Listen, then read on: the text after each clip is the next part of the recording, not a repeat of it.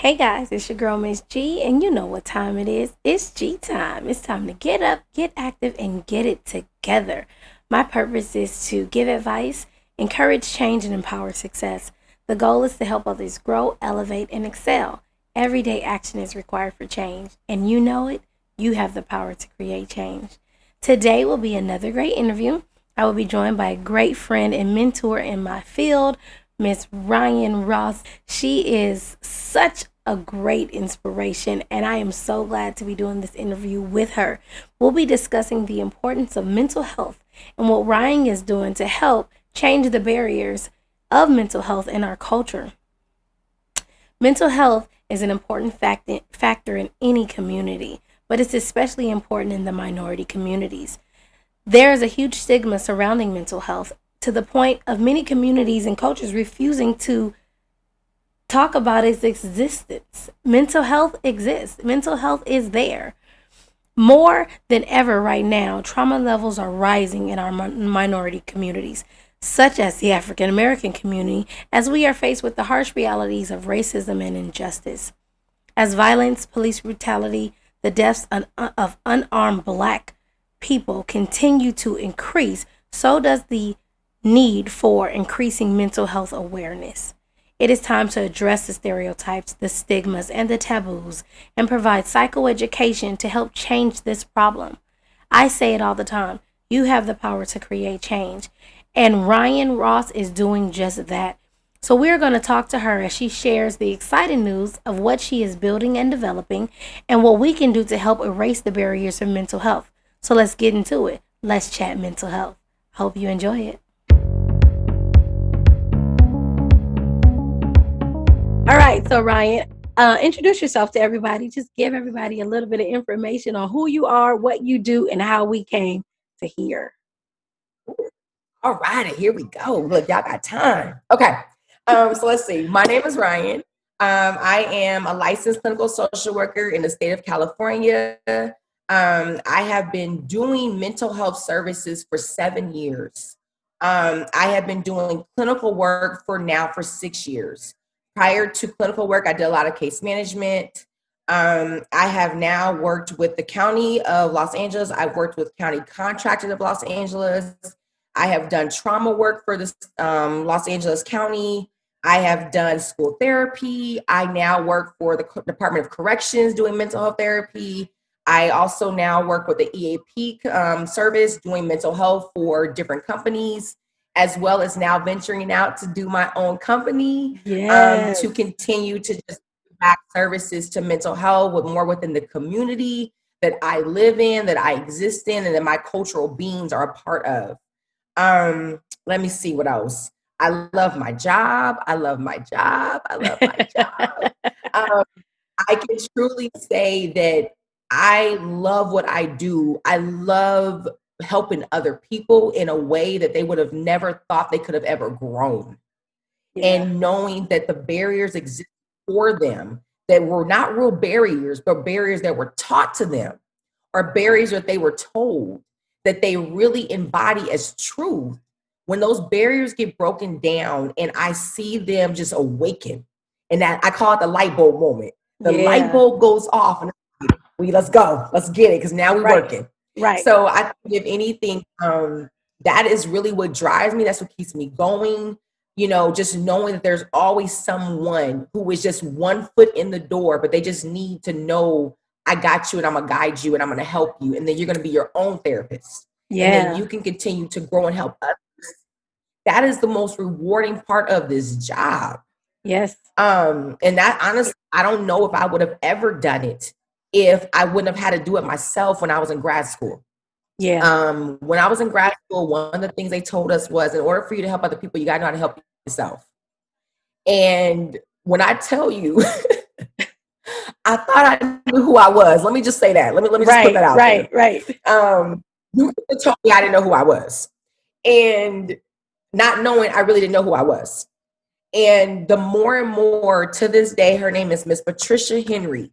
Mm-hmm. She has been my guiding light. She has been my savior. She has been my mentor. She has been a Black woman who was from the Midwest, who had a whole different upbringing and cultural aspects and viewpoints that really resonated more within me than anyone else I've seen for the first time. And she made me cry so many times. After a while, I didn't even know I had tears left. Right. Because she was really trying to show me what my growth looked like that I didn't even know. I thought I had it. Yeah. Or we would have conversations about family, and I didn't realize how many generational cycles we had presented in my own family that were a barrier to me. Man. And even then, I was like, I remember one day I told her, I said, I don't have no tears left today. I was like, my throat hurts, my eyes hurt. I'm tired. Right. And she said, so are you done? Are you going to give up? And it hit home. Mm-hmm. Because I was like, wait, are you calling me a quitter? And she was like, if your client tells you that, what are you going to tell your client? And I was like, I'm not going to let them quit. She goes, exactly. And you're not either. Let's keep talking. Yes. And I was like, ooh. And that day on, again, I've never, ever, ever realized my true growth. And I'm still growing. I always tell people I'm a work in progress. Yes. Because the reality is I may never truly know everything about me, good and bad, and how to continue to grow. But I know I'm open to that. Right. And that is all I need in order to continue to be able to help me and help others. Yes. I'm glad you went through that, because then we wouldn't have made it. And so here we go. So and this is why I was telling you when I met you. So of course, I've known you now, oh my gosh, what, 2015? Yeah. 2014, 15? I started where we used to work around, I started in 2014, and you came a couple of months right after that. And so I came 15. Yep. Yeah. And so let me get some context to this one. So the hardest thing for me going in there was praying that people looked like me. Let me just say that. Because I had left places where, thank God, there was enough cultural competency that I didn't have to feel like I was going to have to be that one to keep people culturally aware. Let me just start with that. Right. Although, again, I never felt that they weren't culturally competent. However, I did realize that most of the clients we had looked just like me, and the person sitting across from them did not look like them. Right. And a lot of them did not truly understand how to help that child or that parent, because you were only going off of your cultural competency that you got through education. Right. But really didn't have full understanding of what that really meant and looked like. Right. And I think that when I met you, I was like, ooh, who is that? Because I was like, ooh, she looks like me. Like me. I was like, her nose is just like mine. She walks like me. She talks like me. She vibes like me. I'm like, who is this girl? Because finally I've seen somebody else. So now I'm like, okay, let me now take down my guards. Let me now be a little more normal, because I'm not the only one. So let's talk about your new baby, what you are creating. All right. So Let's Chat Mental Health is my new baby. I am currently doing marketing and advertising, trying to get it out there, trying to get exposure. Just basically the goal behind Let's Chat Mental Health, first and foremost. One, I've always wanted a private practice. It's been on my vision board now for like the last 2 years. Let me just say that. Right. But to me, it was always timing. I think timing is a really big thing. And ironically, I wasn't going to even start this till next year. But when so many different things happen through social justices and social injustices and just cultural awareness, it really became like, hold on, we're missing something here. Right. And I kept seeing like different posts on social medias about, Black therapists and Blacks needing this and Blacks needing that. And I'm like, wait, what are you waiting for? Right. Like, what's different between now and next year? What are you waiting for? And I was like, you know what? I'm going to do it. I'm just going to jump out there and do it, because why not? Right. And that really became my mentality of why not? And I didn't have any answers. And so after playing around with names for a little while, I came up with Let's Chat Mental Health because number one, I don't want it to be where it's like, oh God, what are you going to talk to me about? What's the doc going to say? What are you going to dissect my brain? What are you trying to do? Rewire me? No, let's chat. But let's chat. Because that's what we're going to do. We're going to talk. Right. So just take away that whole little, anxiety, provoking thoughts you had. We're just going to talk. Right. And I wanted the name to resonate with that we're going to chat. We're going to chat about some things. Mm-hmm. And so the goal behind that, not only was it just to bring cultural awareness that there's Black therapists, there's Black women therapists, and that we're able to break generational curses. Yeah. And to really set the tone to how we can, on a basic level of just talking, we are able to break down so many barriers that we presented for ourselves and presented before us that we continue to carry on unknowingly. Yeah. And that really was the goal that I've really designed, within this was we really need to have it where at the end of the day, we're our only barrier. Right. It's not the ones that were created for us unknowingly. It's not the ones that, the people told us you don't need that. Not the ones, that said, no, church and God is all you need. None of that. And I didn't want it to be stigmatized either. Right. I really wanted it to be, I'm about to go talk to Ryan on Tuesday. Right. I'm about to go talk to Ryan on Friday because that's what we're doing to do. And so again, the best way I could have said it was, we're going to talk and see what comes up with this. I like that. And see what comes through. I like that. How I started with therapy was talking to someone. Her name is Leah Robertson, and she worked for my mom's school, and she was there getting her practicum hours. Okay, a therapist that's sitting there. It is what it is. I don't need to talk to a therapist. And I remember going through such a difficult time, and I was sitting there on the verge of tears, about to break down. And I saw her door open, and I got up, and I went in there, and I closed the door. And I didn't know what I was expecting or what was going to happen, but I sat there, and I started talking. Yeah. And she started talking. And I was like, oh, this is therapy? She was like, not really, but yes. And from that day on, every day I saw her and her door was open, I was like, well, can I talk to you again? And I kept talking to her until I called Grand Canyon University and started my master's in professional clinical counseling. I was like, I want to do that. I want to do that because she sat and talked to me. And I wouldn't have said, oh, I'm in therapy. Oh, this is my therapist. But after the first encounter with her, I was like, oh, I have a therapist. And I loved it. I have someone to talk to, someone that makes me feel good. That. And I think that was the part too, is that when you feel like it's not work and when you feel like they're not trying to change you, right? They just want to talk to you. It feels different. Right. And I think that's the thing that I think, again, even if we talk about just the barriers or some of the stigmas that are out there, that's usually one of them is they want to change me. Right. Or they want to get in my head. No. Well, no, this is not brain surgery. This is not what we do. Right. Going on to Let's Talk Mental Health, I think that is such a great way to start. I know for me, as a therapist, I have walked into many conversations, many churches, many places where the stigma of therapy is, you don't need no therapist. And I'm sitting going, you don't see me sitting here?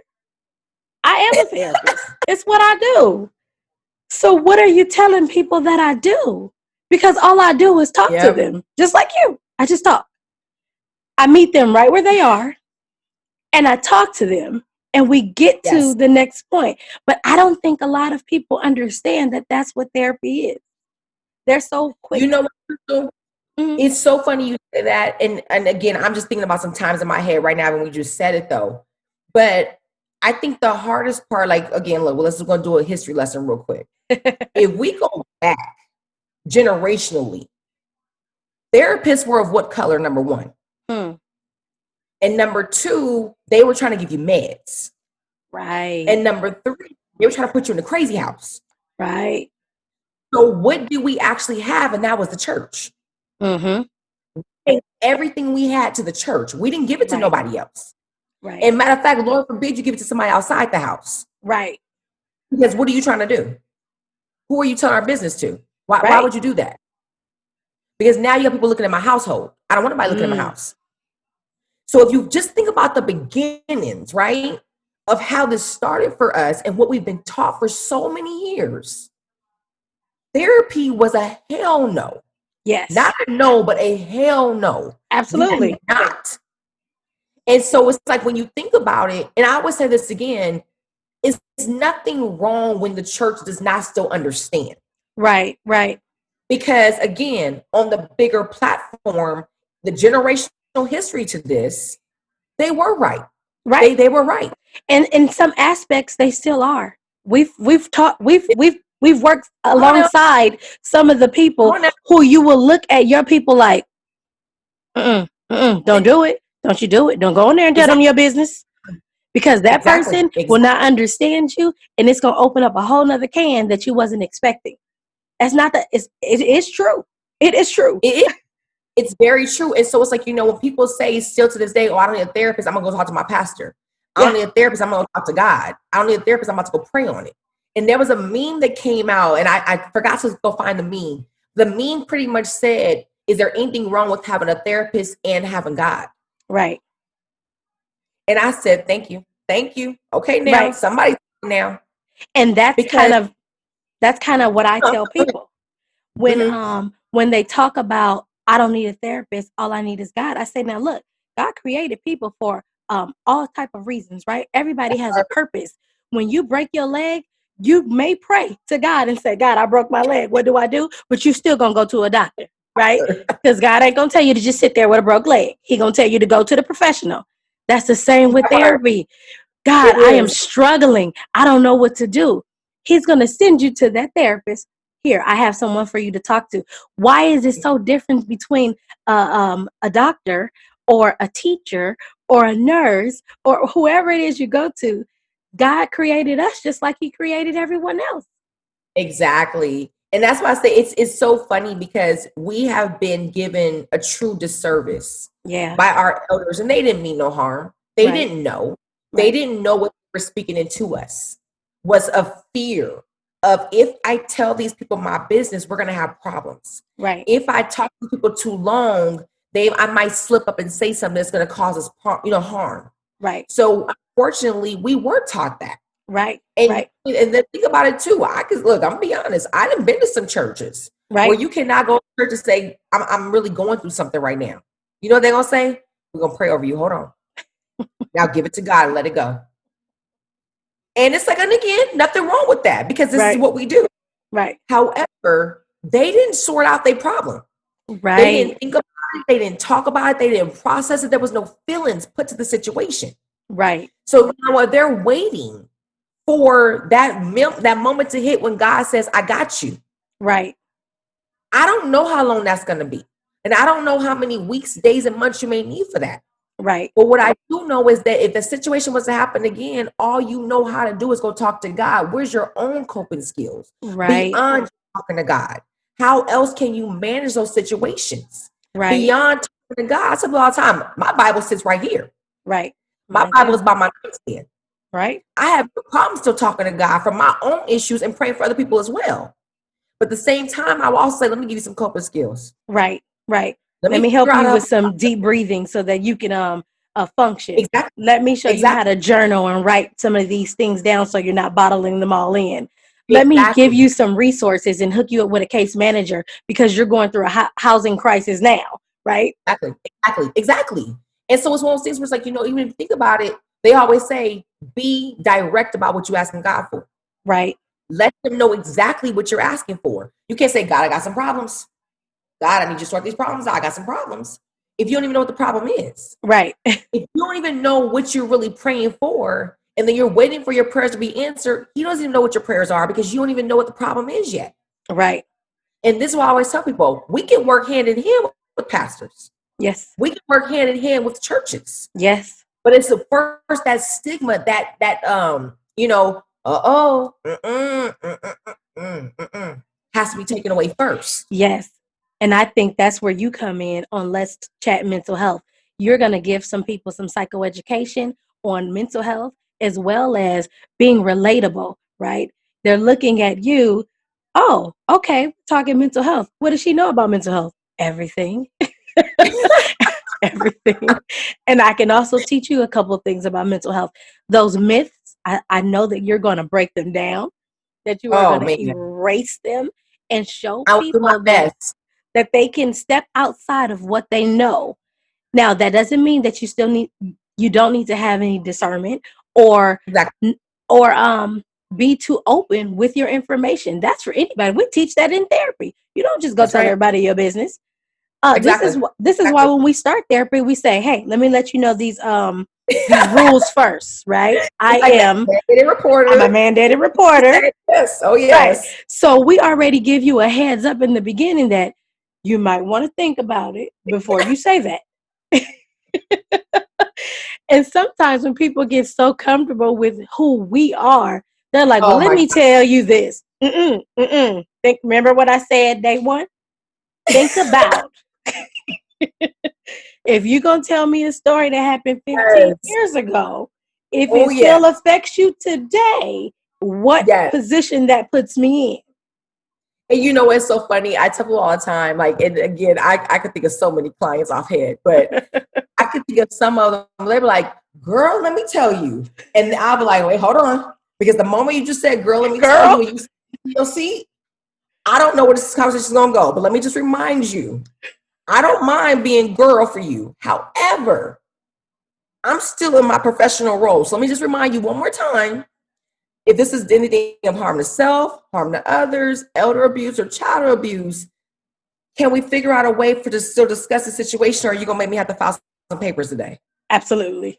Because again, I want to make sure I truly understand you and I want to help you. Right. However, I still have an obligation to you and the community that I Absolutely. cannot overlook. And Right. so that's why I always tell them, they're like, "Okay, so hold on. Okay. And I'm like, "Okay, thank you. At least I know you processed it. At least I know you Right. can figure out how to tell me. And then we can still keep, maintain that, that real building rapport and that relationship to really help you get through it." Because Right. that's the other part too, is that building that rapport. You want somebody to be able to say, "You know what? I can go talk to them and I'm okay with that." Right. You Right. want them to be able to say, "You know what? You really helped me out in the times where I think nobody could." Right.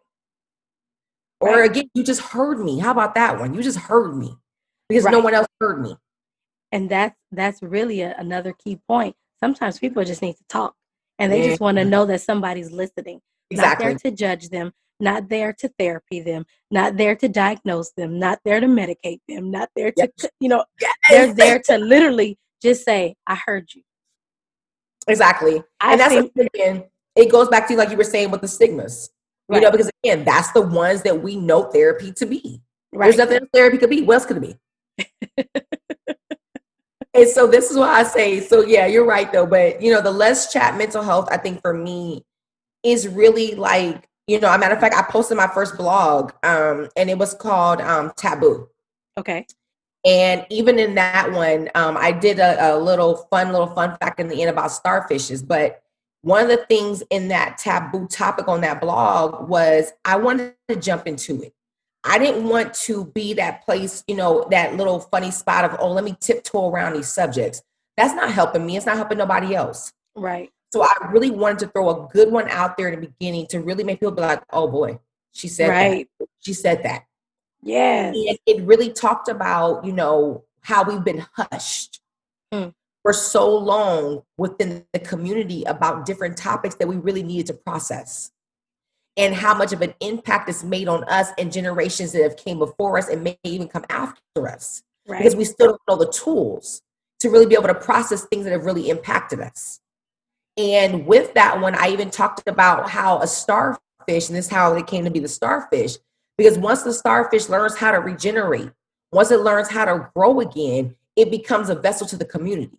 mm, And so at the end of it, I said, are you a starfish?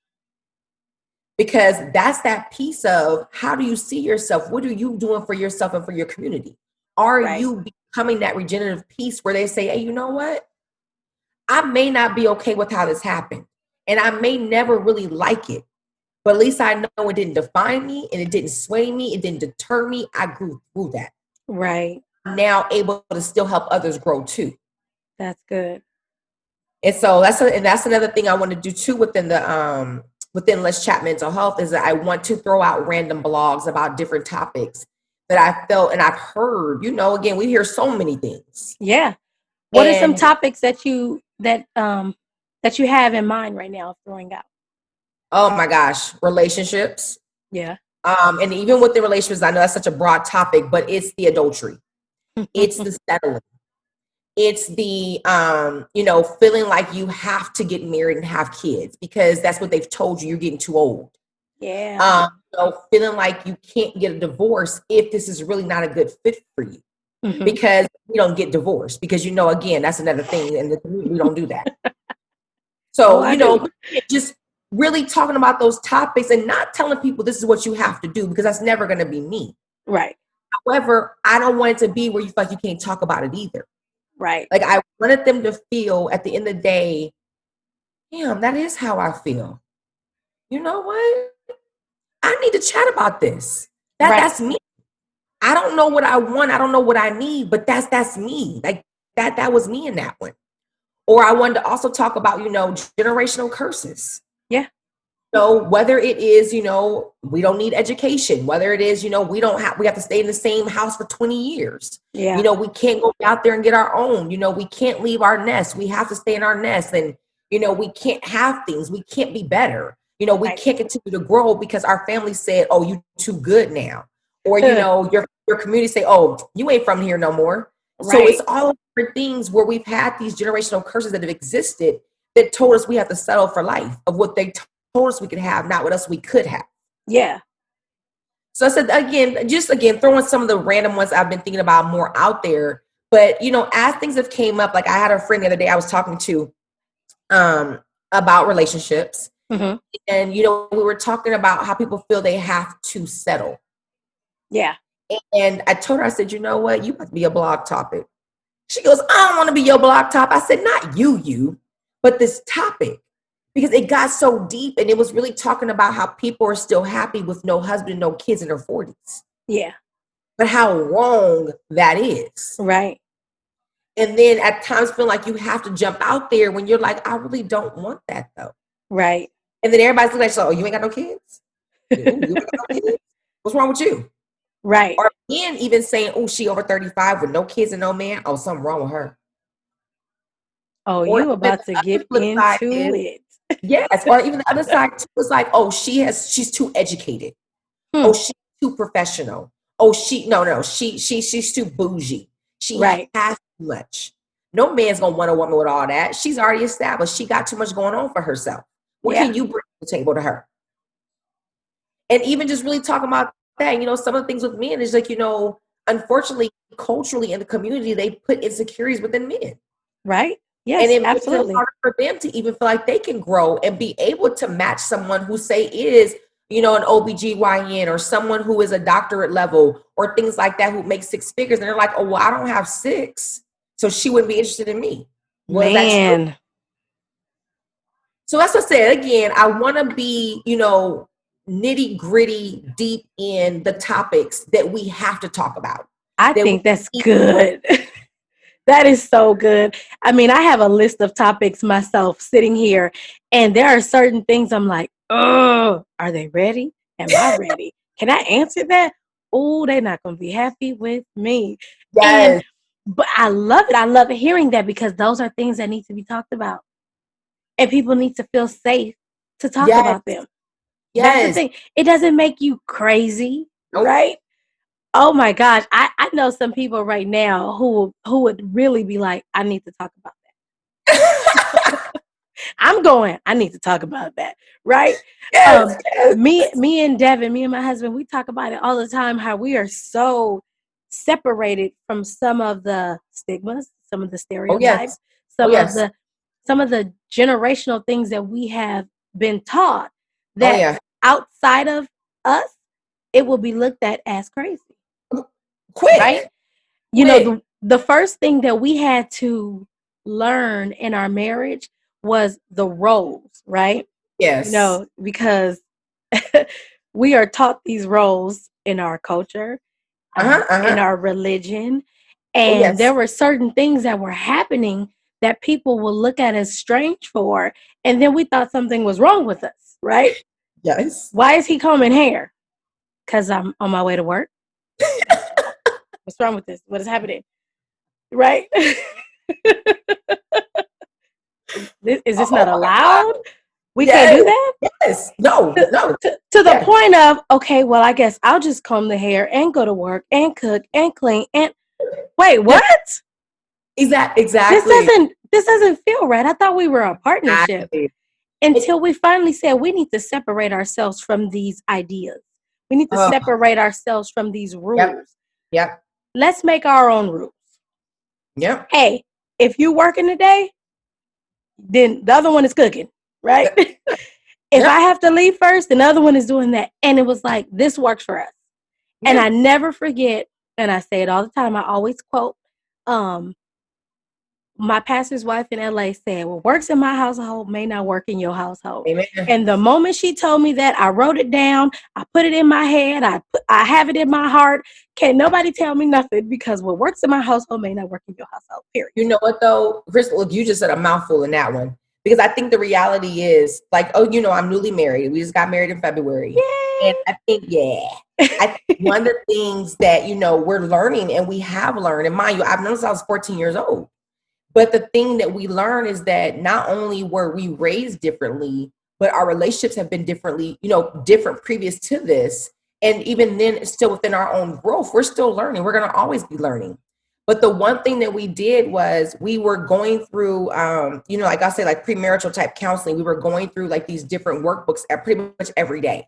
Mm-hmm. And one of the sections, it actually talks about understanding your background, understanding your parents, understanding your examples, understanding what this looked like and how that will impact you with your wife and with your kids or with your husband and your kids. Yeah. And really saying, did that sit in deep with my soul of I believe this to be true, or was it one of those that don't look right? Or what would work for you? Yes. Whether it's going against the grain or whether it's going in the grain. So yeah, one of the main things I think I've realized is that, we have to do what works for us. Right. Like, I think I tell people all the time, there's therapy books, don't get me wrong. There's life books, don't get me wrong. There's pretty much a book for everything at this point. There's even books for dummies. Yeah. Like there's a book for everything, right? Right. But I think that the real truth of the matter is you got to still do what works for you.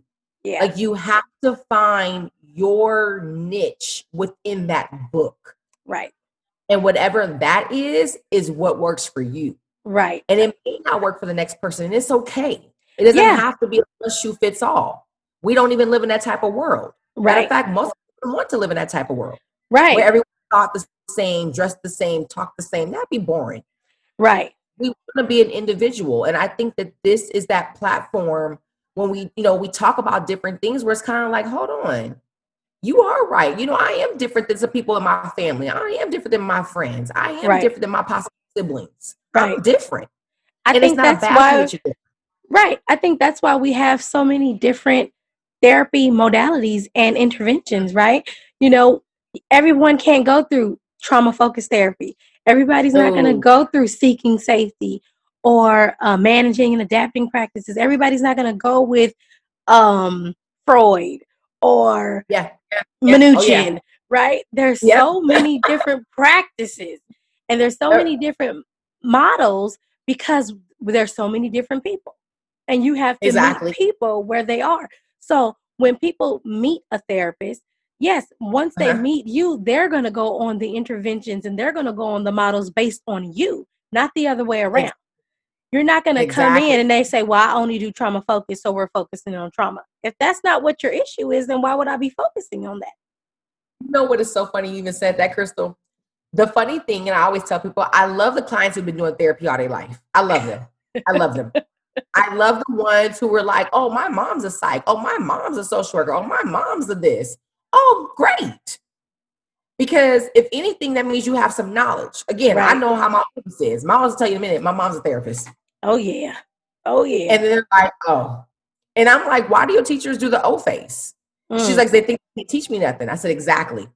I said, that's the hard part, is that they know you know, but they actually expect more from you though, because you know. Right. It's like, I have a client. I'm like, well, have you ever done, mindfulness? That sounds familiar.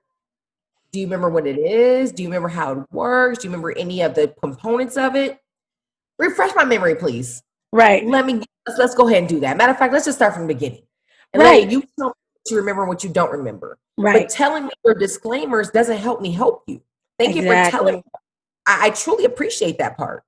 Because if anything, you can get it kind of reiterated and revalidated to you by whoever you know.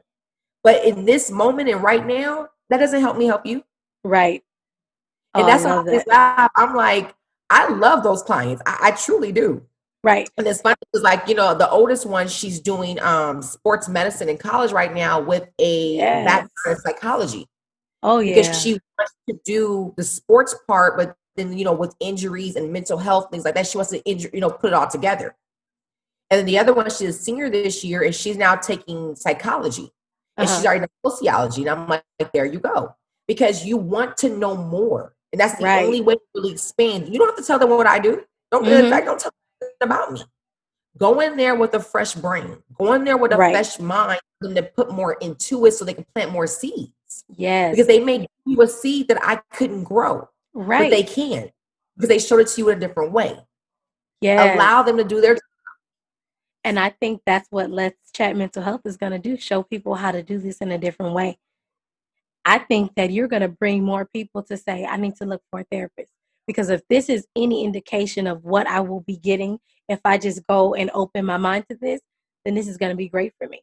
I think many relationships will be saved, many friendships, many things that people don't think that they can do will be changed because now they have this, they have an open mind.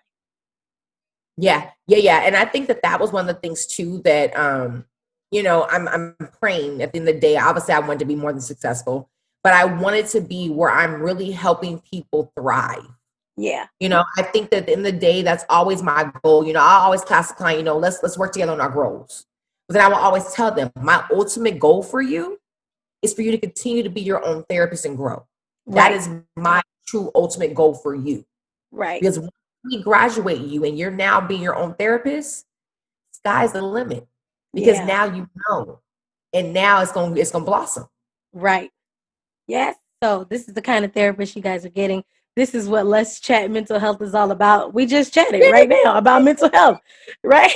We have touched on topic after topic after topic. So you already know where she's going with Let's Chat Mental Health. She is giving y'all the real. She's not here to give you a little bit, but give you all of it. And so check out Let's Chat Mental Health, and I will send the blogs and I will send all the links after we're done talking. Yay, please come and join. Please comment. Please give feedback. There is no stone that'll be unturned. And I can't wait to talk to each and every one of you. Right. There is no topic off limits. Ask. Right? Mama used to say, a closed mouth don't get fed. If there's something you want to talk about it. Let's do it. Yes.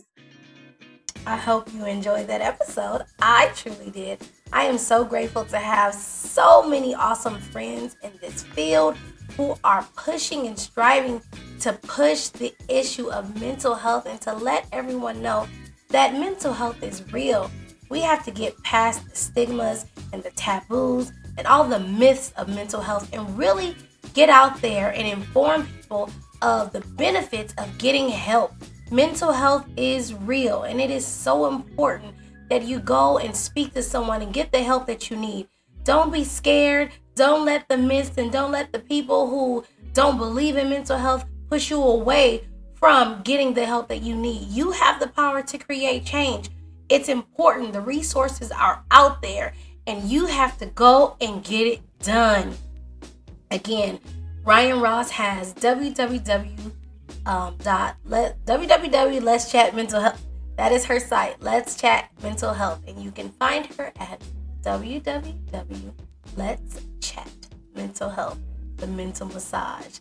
Go ahead, go over there right now. She has tons of services available, full assessment, sessions, and even aftercare along with life coaching. That is so important. So even if you feel like, you know what, I may not meet medical necessity for mental illness, but I do need someone to talk to. I do need someone to help me, to push me into reaching my goals, into talking about what's going on, into strategizing, into coming up with a plan for my success. All of that is included. It's okay to have and need someone to help you get to the next phase and the next step. We can all help each other. So, again, I hope that you enjoyed this episode, and I encourage you to go ahead and check out Ryan Ross at Let's Chat Mental Health. You have the power to create change. Don't forget, guys, like, share, subscribe. After you have watched this video, like the video, share the video. If you have not subscribed to Ms. G Talk, subscribe so that you know when the next episode is coming out. I truly appreciate all the support and love, and you know I'll be coming to you soon with another episode. It's Ms. G Talk, y'all.